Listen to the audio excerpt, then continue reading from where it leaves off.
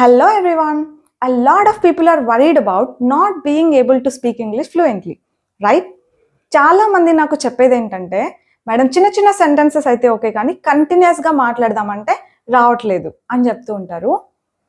నాకు తెలిసి ఇది వాళ్ళ ప్రాబ్లమే కాదు, చాలా మందికి ఉన్న క్వశ్చన్ ఇది. So I really want to answer the question. Can I get ready? మనందరం ఎలా ఆలోచిస్తున్నామంటే బిల్డింగ్ టాప్కి రీచ్ అవ్వాలంటే మనకి ఎలివేటర్ కావాలి, స్టెప్స్ వద్దు, ఇది ఆలోచిస్తున్నాం. కానీ ఇంగ్లీష్లో ఫ్లూయెన్సీ గెయిన్ చేసుకోవడానికి లిఫ్ట్ లేదు, ఎలివేటర్ లేదు, స్టెప్స్ ఎక్కుతూనే వెళ్ళాలి. ఒక్కొక్క స్టెప్ ఏంటి తెలుసా? మీరు నేర్చుకునే సెంటెన్స్ ప్యాటర్న్, మీరు నేర్చుకునే వొకాబులరీ, మీరు నేర్చుకునే గ్రామర్ పాయింట్స్, ఇవన్నీ ఒక్కొక్క స్టెప్ అనమాట. మీకు ఇట్లా చెప్తే అర్థం కాదు, ఎగ్జాంపుల్స్లోనే చెప్పాలి. సరే చెప్తా వినండి. నేను ఇప్పుడు మీకు ఒక కాన్వర్జేషన్ చెప్పబోతున్నా, నాకు నా ఫ్రెండ్కి మధ్య జరిగిన conversation.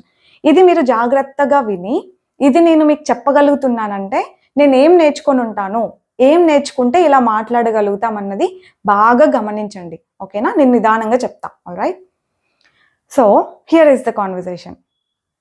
I called my friend and asked him where he was. He told me that he was at home. I asked him if he could meet me. He told me that he was busy. I asked him when he would be free. He told me that he would be free in the evening. So we decided to meet in the evening. In the evening again, I called him and asked him if he was free, if he was coming to meet me.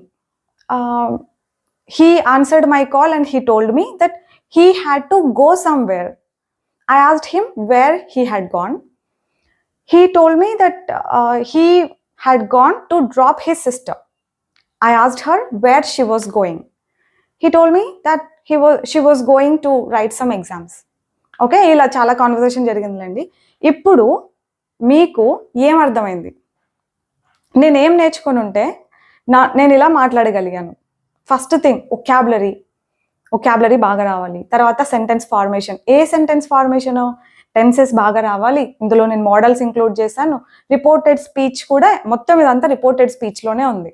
So reported speech ఒక major concept అనమాట.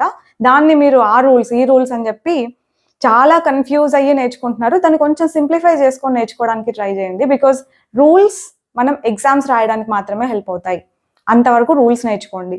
స్పోకెన్లో అన్ని rules మనకి పనికి రావు. Okay, so reported speech important, vocabulary important, tenses important, modals important, reported speech important. ఒక క్లాస్లో join అయ్యి ఇవన్నీ నేర్చుకుంటే అయిపోద్ది కదా, మాట్లాడలేరా చెప్పండి? సరే, ఇంకొంతమంది ఏం ఎక్స్పెక్ట్ చేస్తారంటే రిపోర్టెడ్ స్పీచ్ కాదు, ఒక స్టోరీ లాగా చెప్పాలి అని. మీరు స్టోరీ లాగా ఏదైనా చెప్పాలి అనుకున్నా కూడా మీకు అగైన్ కావాల్సింది వొకాబులరీ, సమ్ టెన్సెస్, మోడల్స్ బాగా, అండ్ రిపోర్టెడ్ స్పీచ్. ఇవే కావాలి. చెప్పనా? లెట్స్ సే నేను వీకెండ్లో ఏం చేశామని నేను చెప్పాలంటే ఏవేవి ఇన్వాల్వ్ అవుతాయి అని చెప్పి చూడండి, గమనించండి. ఓకే, ఏ సెంటెన్సెస్ ఇన్వాల్వ్ అవుతాయి. As it was weekend, we all wanted to go out. I wanted to buy some things, so we went to a shopping mall. I bought whatever I needed. Then we wanted to have some dosas, so we went to a famous dosa stall in Anantapur. We can find nice dosas there. It is in Court Road. We had nice dosa. Gautam was not happy with the dosa, so he wanted to have some crispy chicken. We went there, we had it, and I felt like having something juicy, spicy. So I had whatever I wanted. Then Ishan wanted to have juice. We had juice too. After having the juice, I felt like I shouldn't have had it because it was so sweet. I felt that I should have ordered something else. Anyways, we came back home. I had to do some household chores after coming home. Then kids asked me to tell them some stories. I told them some stories. We watched a movie together for some time and then we went to bed. ఏం చెప్పాను?